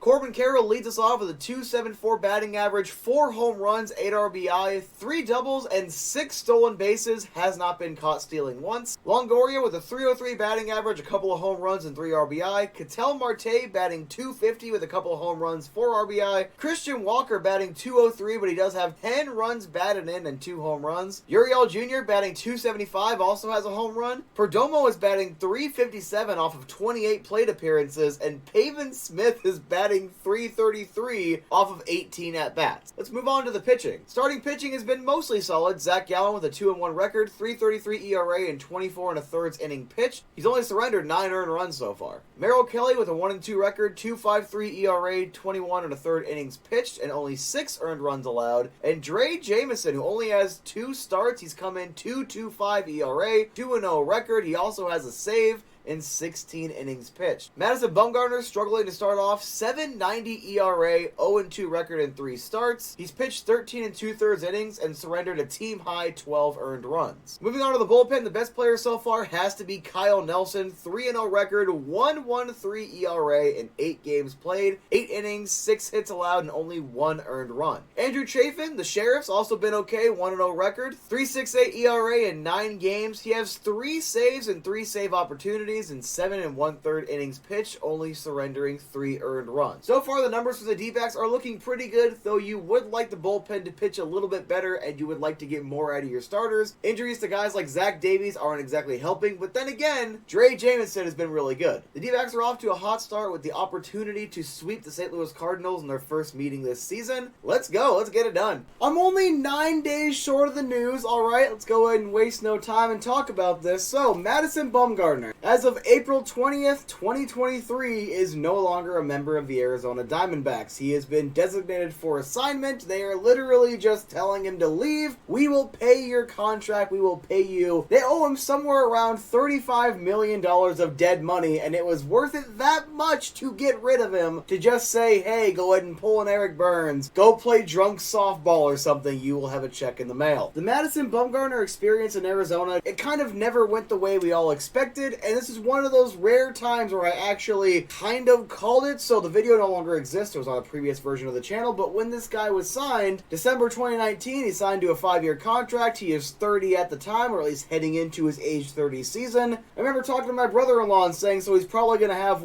2 more really good years left in him, and then it's going to kind of get iffy, and he assured me, he's like, you know what, no, that should be a pretty good contract, and essentially what I said at the time was, he should have a couple of good years, but I'm still a little iffy, but hopefully he should be able to age rather gracefully and be a decent pitcher. While he will not be an ace in year 3, 4, or 5, he might still be middle of the rotation, still a decent pitcher. I don't even think he was ever an ace in year 1. So, signs a 5-year, $85 million contract December of 2019. You have the 2020 shortened season. He makes his debut at San Diego on July 24th, 2020 in a 7-2 loss. In his first appearance, he gets a loss, 5 2/3 innings pitched, 4 hits, 3 earned runs, 4 strikeouts. His ERA to start the season was 4.76. 5 days later at Texas on the 29th, he does bounce back a little bit, 5 1/3 innings pitched, 4 hits, 2 earned runs, 5 strikeouts. Solid effort. It's a 7-4 loss, but also the D-backs had a terrible bullpen at that time. He does get no decision. 4.09 ERA. Things are looking like, you know what, rough first game. And considering that the 2020 spring training was just cut off abruptly, and when they ended up coming back months later, you didn't really get any time to adjust. Like, a lot of pitchers were getting injuries. It was a ridiculous rate that pitchers were getting injured, and especially starting pitching just was not ready. So, you know what, I'm willing to let go of that. The second effort was just much better. The rest of the season just didn't quite go the way you wanted. His last appearance was actually his first win of the season. It was the last game of the year versus Colorado. 5 innings pitched, 2 hits, no earned runs, 4 strikeouts, and an 11-3 victory, putting his record at the time at 1-4, and his ERA down to 6.48. His total numbers for the 2020 season: 1-4 record, 41 2/3 innings pitched, 30 earned runs, 6.48 ERA, 30 strikeouts in 9 starts. It wasn't a great start for him, but you know what? Again, it's kind of that fluky 2020 season. The next season should be better. And to be frank, it was. Despite the fact that 2021 Arizona Diamondbacks were one of the worst teams in baseball. Like, it was by a lot. This team was terrible. Madison Bumgarner actually did not have a bad season. Or at the very least, it wasn't that bad. 7-10 record, which ends up essentially being his best record as a Diamondback. 146 1/3 innings pitched. 76 earned runs. 4.67 ERA, so the ERA comes down. Almost 2 full runs it comes down. Big improvement, 124 strikeouts and 26 starts. Just shy of triple the starts. The numbers are a lot better. That's his good year. The D-backs sucked in 2021. That was his good year. Here's the thing. He's also had injury problems the entire time he's been here. I know he missed a couple of games when he first got here, but 2020 was a weird season. 2021, he misses some games. Last year, 2022, they shut him down at the end of the season after missing games earlier on in the season, and he had the most starts he had as a Diamondback in 2022. 30 starts, 7-15 record, 158 2/3 innings pitched. Meaning, yes, in a season that we all recognize, he missed some time and even got shut down later on because he just didn't really have it anymore. A lot of people in the industry speculating Bumgarner has a dead arm.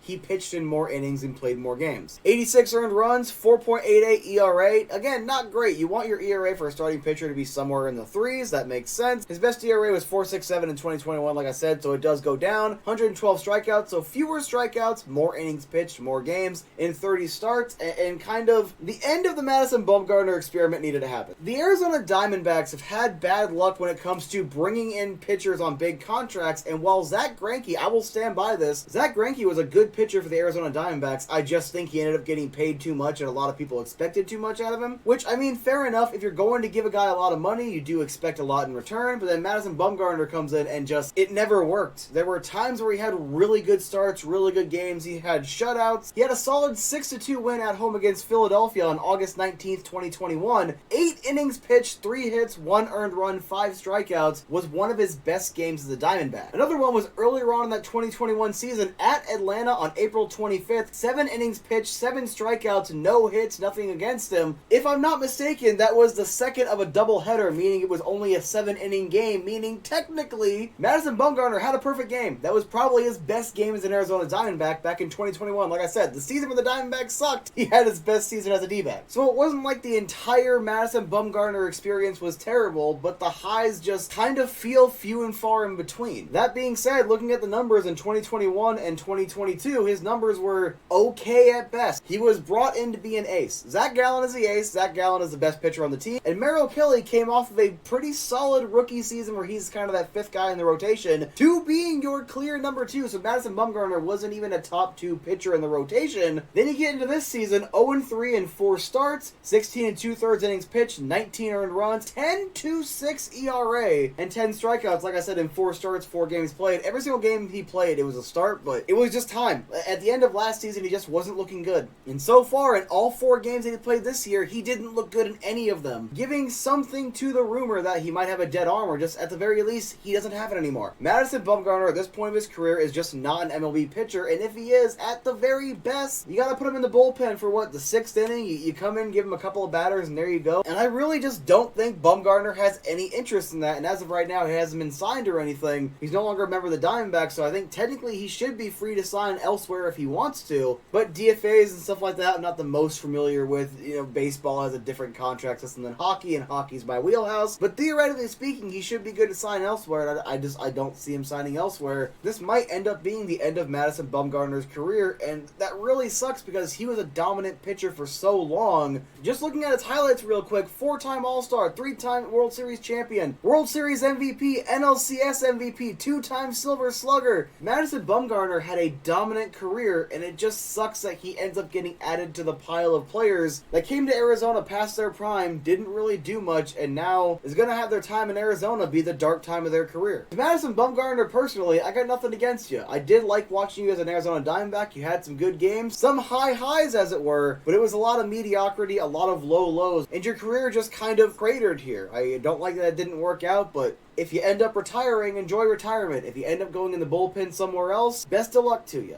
Breathe, D-backs fans, alright? In, out, let's go ahead and talk about this. So, Corbin Carroll, the speed demon himself, the guy who started off on first base, almost beat Perdomo, who started off on second base at home to score a run. Pretty sure that means you're out if that would have happened, but it didn't, thankfully. I think that was yesterday. So in today's game in Colorado, he's in the outfield, he's trying to make a play, he jumps into the wall, and just kind of goes knee first into the wall. He ended up leaving the game, which was not a very good sign, and a lot of Diamondbacks fans on the internet were, let's just say, freaking out. To be fair, it's not exactly illogical because Corbin Carroll is the best player on the team. We do have an update. I was watching the interview with Torey Lovello, and he did say that he chose to take Carroll out. He didn't want to stay in the game, and that the more they learned about the injury, the less serious it seems, that he will not go onto injured reserve. Meaning, yes, we can all breathe a sigh of relief because whatever injury Corbin Carroll suffered on that play is very likely going to be a minor injury. Maybe he misses a couple of games just to give him some rest and make sure he's healed up, but he should be fine. The Diamondbacks, as of right now, miss a massive bullet because if you would have lost Corbin Carroll for an extended period of time, that kind of throws off everything you're doing with the team. I'm just gonna be honest. The team is better this year than last year. It's actually a pretty fun team to watch, but Corbin Carroll's kind of the heart and soul of it, and if you lose him for an extended period of time, let's just say it throws everything off. So relax, alright? It's good news. Corbin Carroll's not likely to be out for a long time, and Corbin, I know you're not gonna watch this, but heal up, alright?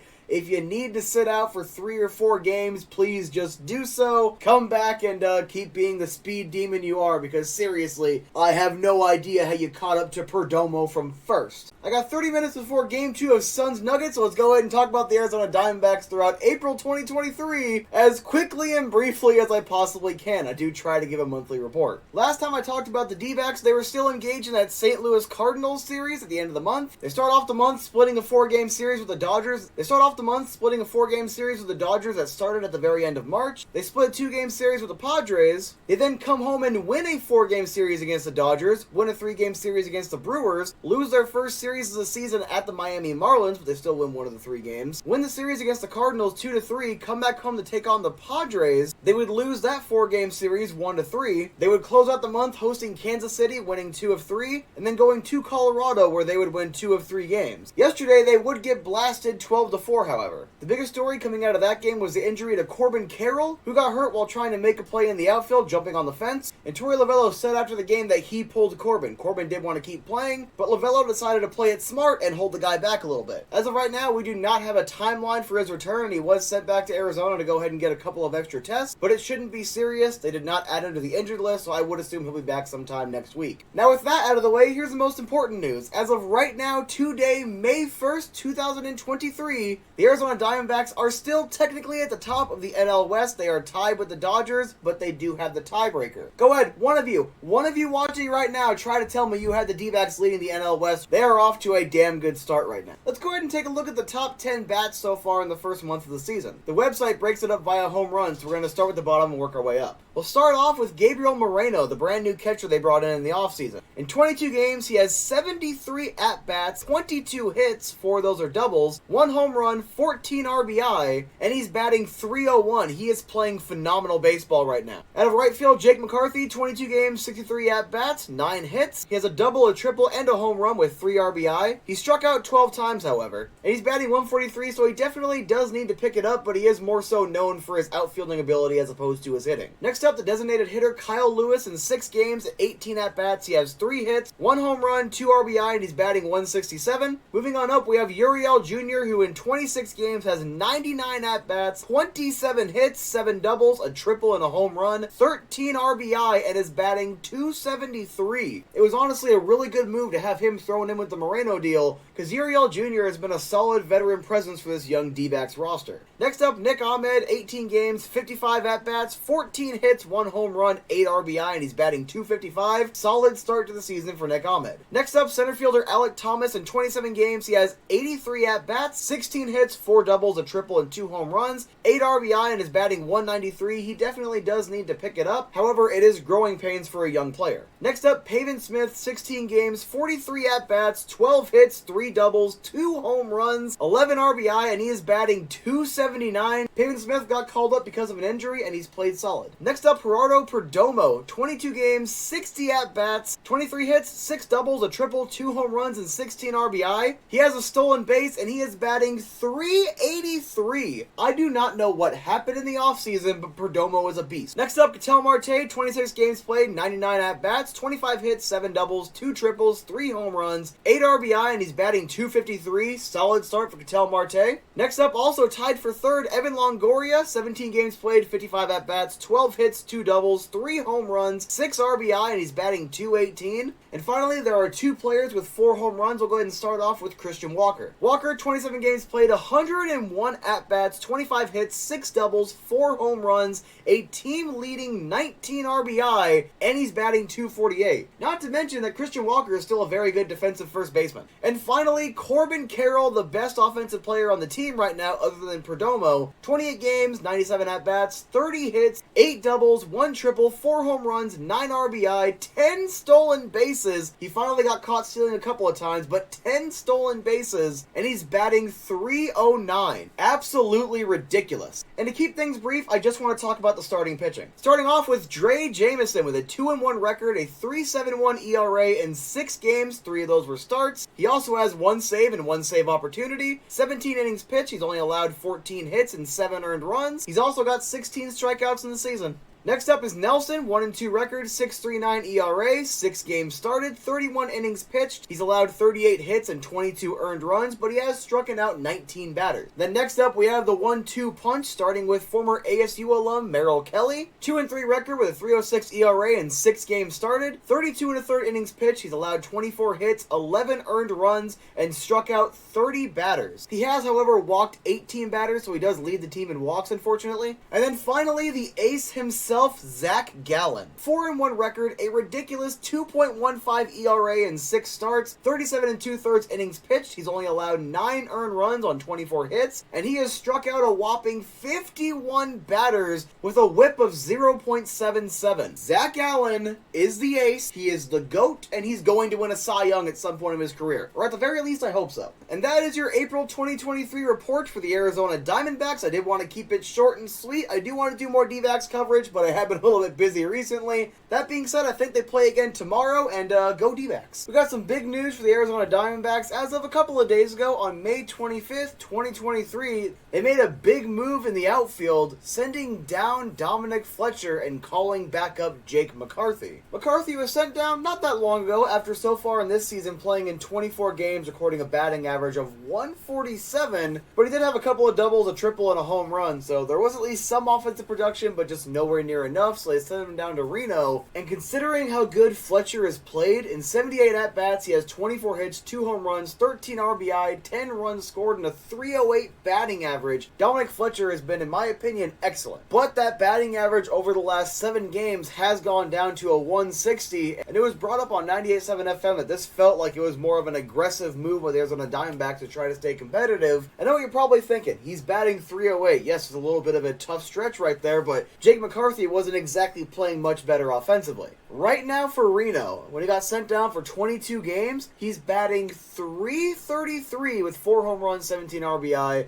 He's drawn 11 walks. He has 30 total hits, 17 runs scored, and 90 at-bats. He's definitely playing much better in Reno right now, and while Fletcher is on that slight cold streak over the last few games, this does feel like a move to just stay aggressive in the outfield position. But it does suck for Dominic Fletcher because he has played very well since being called up, but it's one of those things where the D-backs want to stay competitive. They felt like this was the best possible move, and as of right now, they've lost back-to-back games against the Boston Red Sox. We'll see how it works out in the long run. Remember, baseball's a marathon, not a sprint, but yes, that is right. Rookie outfielder Dominic Fletcher has been optioned to Reno, while Jake McCarthy has been called up. McCarthy typically plays center field. We'll wait and see how it plays out, but I do wish both players the best, and hopefully Fletcher will be back up at some point throughout the season. We got some Arizona Diamondbacks news to talk about. Torey Lovullo has once again received a 1-year extension, so let's go ahead and briefly talk about it. So Lovullo was named the manager of the Arizona Diamondbacks back in October of 2016, with his first season being the 2017 season. Last year the D-backs were in the playoffs, and the year the Dodgers knocked him out of the NLDS. They went 93-69 that year, by the way.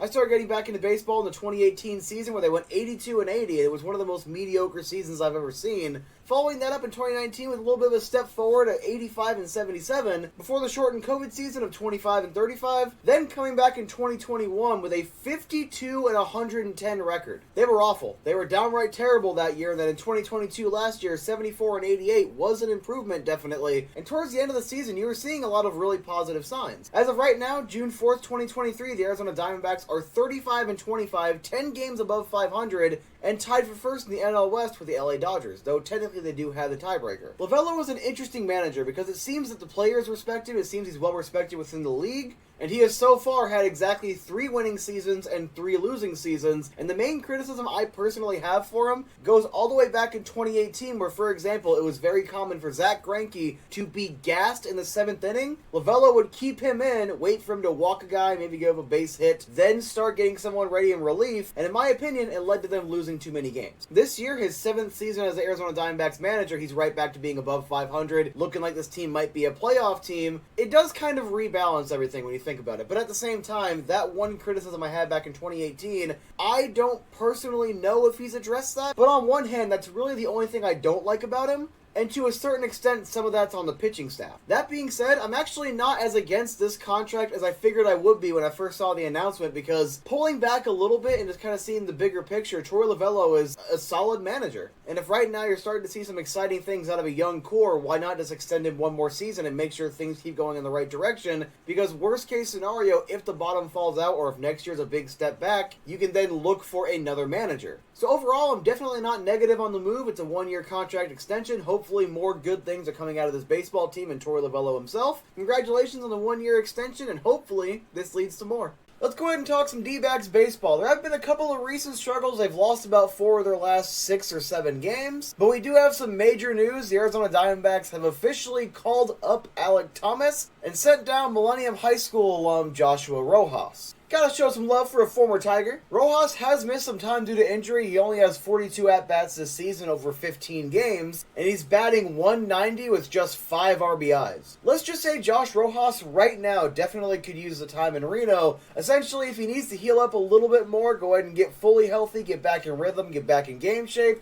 I do imagine he will be back at some point this season, probably in the next few weeks. But let's go ahead and talk about Alek Thomas for a second to talk about a more positive story. He has been on an absolute tear down in Reno. In fact, since being sent down, his stat line is a .348 batting average with 3 home runs and 31 RBIs in just 26 games played. He has been playing phenomenally, and on top of that, in his first at-bat since being called back up against the Milwaukee Brewers, he hit a home run. Not even his first at-bat, it was the first swing. It was a 2-run shot, and I believe that put them up 6-0 today. So obviously, while this does suck for Rojas to get sent back down to Reno, at the same time, he definitely needs the extra time. He needs the extra at-bats. He needs essentially that rehab is probably the wrong word for it, but he does need a minor league stint. And Alek Thomas very clearly was ready to come back up, and he's playing well as of right now, 1 game in. Obviously, things can change. It is good to have Alek Thomas back on the team. It just kind of sucks that they did have to send down Rojas, though I do imagine he will be back sooner rather than later.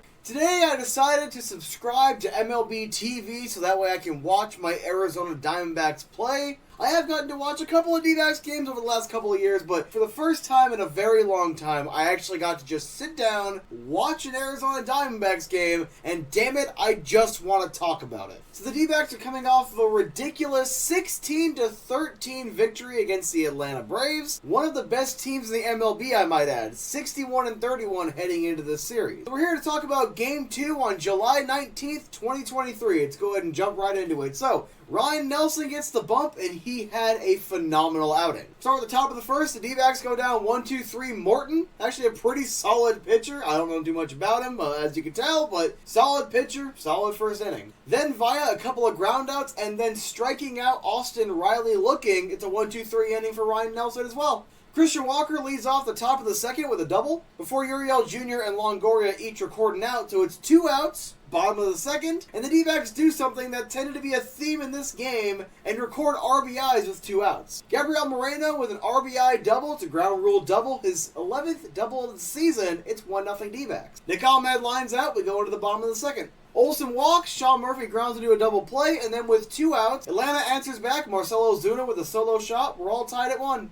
Rosario grounds out, let's go to the top of the third. Thomas lines out, McCarthy singles. Marte lines out, McCarthy steals second. So you got a runner in scoring position with 2 outs. What do the D-backs do? Well, Corbin Carroll and Christian Walker each get walked. Bases are loaded. And Lourdes Uriel Jr. with a 2 RBI double. Christian Walker to third. It is 3-1 D-back. Longoria grounds out, let's go to the bottom of the third. It's a 1-2-3 inning. Ryan Nelson at one point had retired 7 straight Braves. Anyway, there's a stretch right here where there are 5 consistent half innings of 1-2-3, 1-2-3, 1-2-3. So we'll pick back up in the top of the 6th. Walker flies out, Uriel Jr. grounds out. Oh, look at that. It's 2 outs. Longoria walks, Moreno singles, and then up comes Nick Ahmed with 2 outs with an RBI double. Moreno to third, it's 4-1 D-backs. Thomas strikes out, let's go to the bottom of the 6th. Arcia grounds out, but Harris Jr. gets a triple. He is right there in scoring position. and Albies to fly out, no runs scored, go to the top of the 7th. That's a 1-2-3 inning, going to the bottom of the 7th to lead off the inning. Austin Riley with a solo shot, his 19th home run of the season. It is 4-2 D-backs. Olsen, Murphy, and Ozuna are out. Let's head to the top of the 8th. Walker singles, Uriel Jr. grounds out, so Walker advances to second base. Longoria strikes out swinging, Moreno is walked, and look at that. 2 outs, top of the 8th, Nick Ahmed is back up to bat. He singles, scoring Christian Walker and sending Moreno to second. It is 5-2 D-backs. Thomas then grounds out. Let's go to the bottom of the 8th. Where it's a quick 1-2-3 inning going ahead of the top of the 9th. McCarthy singles, Marte pops up, Corbin Carroll flies out.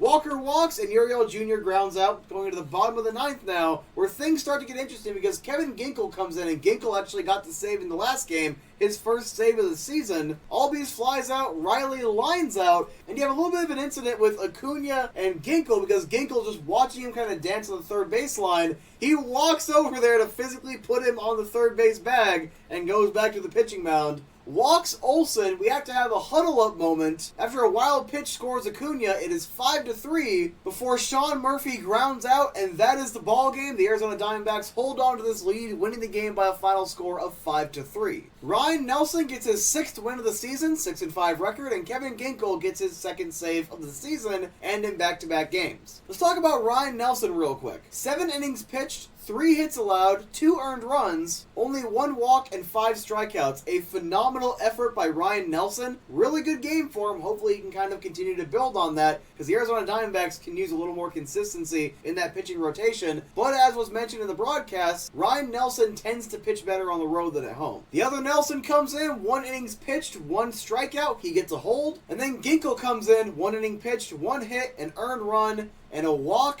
There you go. That's your pitching staff for the ballgame. As for the batters, Jake McCarthy was 2 for 5 with a run. Ketel Marte 0 for 5. Corbin Carroll 0 for 4, but he scored a run. Christian Walker 2 for 3 with a couple of runs. Uriel Jr. 1 for 5 with 2 RBI. Longoria 0 for 3 with a run. Moreno 2 for 3 with an RBI. Nick Ahmed 2 for 4 with 2 RBI. And finally, Alek Thomas 0 for 4. Thomas did struggle tonight, but the rest of the team did more than enough to get 5 runs and win this game against the Atlanta Braves. They have the opportunity to sweep tomorrow when Zach Gallen takes the bump. But that is for tomorrow. I will be working Cardinals training camp, so I'm not going to get to watch this game. So whenever I actually do get to watch, I'm going to cherish those moments and actually have some fun making content about the D-backs game. But there you go. The Arizona Diamondbacks improved to 54-42, remaining 2nd place in the NL West. And tomorrow they look for the sweep. Go D-backs. That was brutal. That was a brutal weekend series for the Arizona Diamondbacks. I actually got to pay attention a little more closely than I usually get to. So I'm just going to talk about it a little bit. All right, I will talk about the deadline they had. I've been meaning to get around to it for about a week.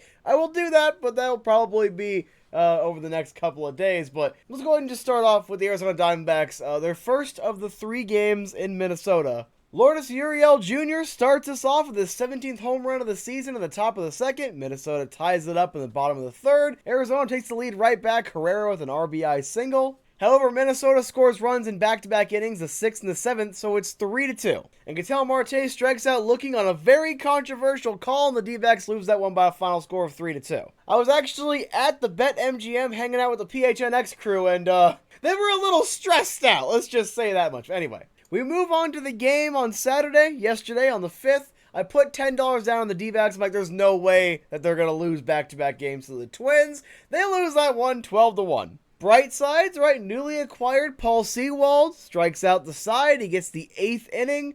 Then Carson Kelly comes in and gives up a couple of runs. We're not here to talk about that. We're not here to blame Carson. But they lose that one by a final score of 12-1. So then today, all right, I was sitting down, hanging out with the nephew, and I started watching the game in the 9th inning. And I called a Christian Walker home run. Christian Walker knocks it out of the park. It is 3-2 D-backs at the top of the 9th. And I think Herrera later on ended up getting it to the warning track, doesn't get over the wall, so it's 3-2. Then on the first pitch, Paul Sewald goes in. The first pitch, right as the announcer is saying that individual player that he was pitching to had 2 home runs in the series, gone. We are tied. Walks the next batter, and then a walk-off 2-run shot. They lose by a final score of 5-3. I'm officially sad boy D-backs fan, boys. I am sad because with that loss, the D-backs are now, 1 game above 500? But here's the thing. Let's take a step back, D-backs fans. Let's take a couple of steps back, all right? This was never the year. That hot start they got onto, that when they were leading the division, they were so far above everyone. That was a hot start to show what this core can do, show what this core can be. But then when this team started to cool down, I want to say they've lost 22 of the last 29. They started to cool down. It showed they were still inexperienced. They still have a lot of work to do. They still need to get some starting pitching depth. They still got to fix the bullpen. And every now and again, the hitting just does not come together consistently, which happens. That kind of is what it is. It is a 162-game season, all right? Young team, I expect stuff like that to happen. You're going to have stretches. Unfortunately, with the D-backs, it definitely feels like whenever their players are not hitting, they are all not hitting at the exact same time. But it is what it is, and it does happen. The entire reason I want to make this video is, yes, I did get to pay attention to the weekend series, so I did actually want to make some D-backs content, but also, I just kind of wanted to say this. I understand a lot of the complaints, but remember, this was never the year. It is fine. They just need to take into account what they need, all right, and acquire better players in the offseason while not subtracting from this roster and trading away young prospects and potentially really good players in a desperate attempt to win now in a year that they just simply are not in win now mode. I am tired of the amount of players that I'm, oh yeah, this guy was drafted by the D-backs and they're really good, or they're star level players, they're really good starting players for different teams, and it's like, oh yeah, that guy could have been a D-back if they didn't make this trade or that trade. So I am just gonna say this, getting swept by the Twins sucks. However, at the very least, they didn't give up their entire future to add a whole bunch of players at the deadline and then still disappoint, because then that would have brought them back like 3 to 5 seasons. With there being about 10 games to go in the 2023 MLB season and the D-backs trying to hold on to that second wildcard spot, I saw this tweet, and despite the fact I have like 20 minutes before I have to leave for work, I want to talk about this because Gabriel Moreno is special. Like I said at the time, it did suck to lose Dalton Varsho, but Gabriel Moreno should have been an immediate upgrade, and he has been, as well as throwing in Lourdes Uriel Jr. The D-backs won that trade. That is actually one of the few trades we can just say the D-backs definitively won. But I saw this tweet about Moreno, and you know what? Just here you go. Jack posted, quote, the D-backs record with Gabriel Moreno. Before his July injury, 54-45, 54% winning percentage. During his injury, 4-14, a 28% win percentage. And finally, since being activated, 23-13, a 59% win percentage. The young catcher has been worth 4 wins above replacement this year and has a 9.42 OPS in September. He's also batting .292 with 7 home runs and 46 RBI. Gabriel Moreno has essentially been everything I thought Carson Kelly was going to be. Now, Carson Kelly, I do like Carson Kelly. He was a very good defensive catcher. He just lost any and all offensive ability, and his defensive ability started to wane as well. Gabriel Moreno has been elite. Remember, earlier on in the season, he was among the best catchers in the league for catching runners stealing. He was phenomenal at reading the plays and being able to throw runners out at second base. This kid's good defensively. He's good offensively. He maintained a 300 or better batting average for like a month and a half. That is not nothing. And then just seeing whenever he's out of the lineup, the Arizona Diamondbacks immediately start losing more consistently. He is not the reason they win. However, he most certainly is not a reason they're going to lose. Yo, Gabby is a phenomenal catcher. I just wanted to make this video to highlight him, and those stats are ridiculous, all right? That is a ridiculous stat. He is 110% worth every penny of his contract, and do whatever you can do to make sure this kid is here for the long haul, because this young core is developing. While this is not the year for a pennant or anything, in a couple of years, this team could be competing for a World Series, and I cannot wait to see where this goes. So, Gabby, keep up the good work. Not that you needed me to tell you that.